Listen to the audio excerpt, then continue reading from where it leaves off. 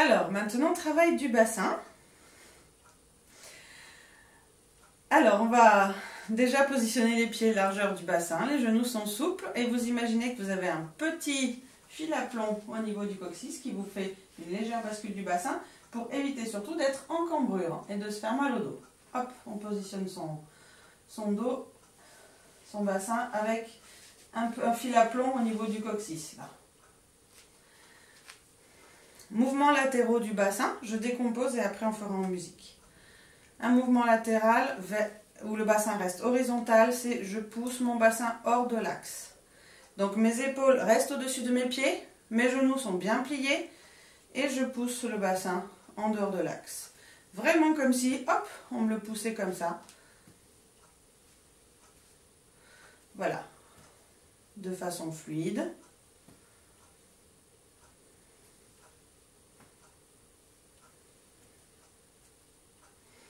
Autre mouvement horizontal du bassin, le twist. J'amène une hanche et puis l'autre devant. Et je peux le faire en mettant tout le poids du corps sur une jambe et l'autre du coup va tourner. Et après je change.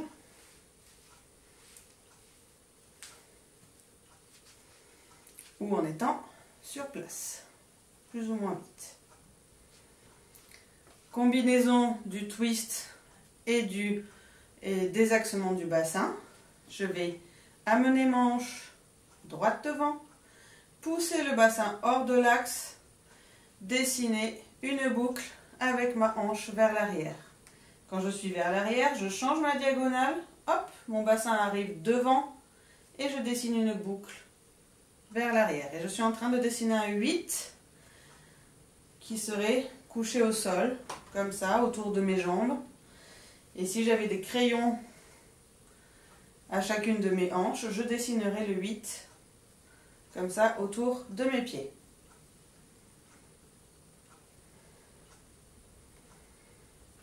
Ça, c'est le 8 vers l'arrière parce qu'on pousse quelque chose vers l'arrière. Si on était dans de la mousse, hop, notre hanche pousserait la mousse vers l'arrière. Vous pouvez l'accompagner avec le mouvement des bras si ça vous est plus facile.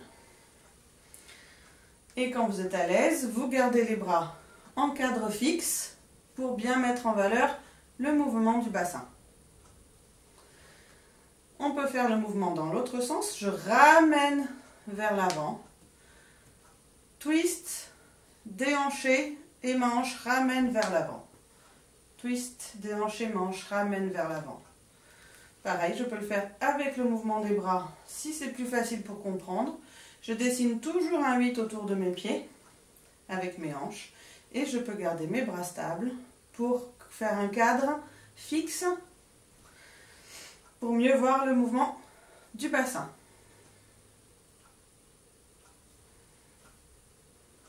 Ok, ça c'était des mouvements fluides. On peut varier les vitesses, mais ça reste fluide. Maintenant, le mouvement horizontal du bassin avec accentuation.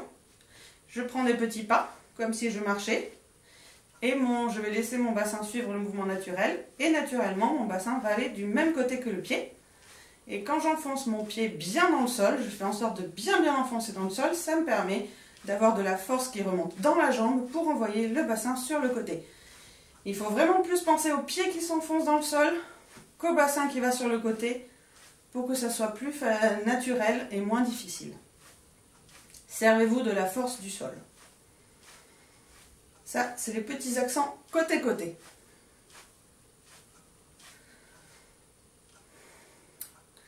Maintenant, mouvements verticaux, où le bassin va aller en vertical. Alors, bien les genoux fléchis, les pieds à peu près largeur du bassin, toujours le coccyx avec le fil à plomb pour ne pas cambrer. Très important dans les mouvements verticaux. Ok, et là vous allez imaginer tendre légèrement un peu plus une jambe et plier légèrement un peu plus une autre sans que ça soit complètement tendu. Et on monte la hanche, là on l'enfonce dans la taille. Et de l'autre côté. Voilà, donc je tends un petit peu plus ma jambe, mais elle reste pliée. Et après j'inverse. Hop, hop.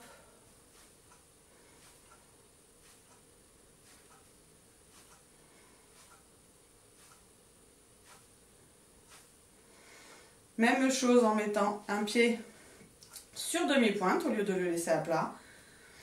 Tenez bien votre bassin pour pas cambrer, très important. Vous appuyez votre demi-pointe dans le sol pour monter et vous relâchez les hanches.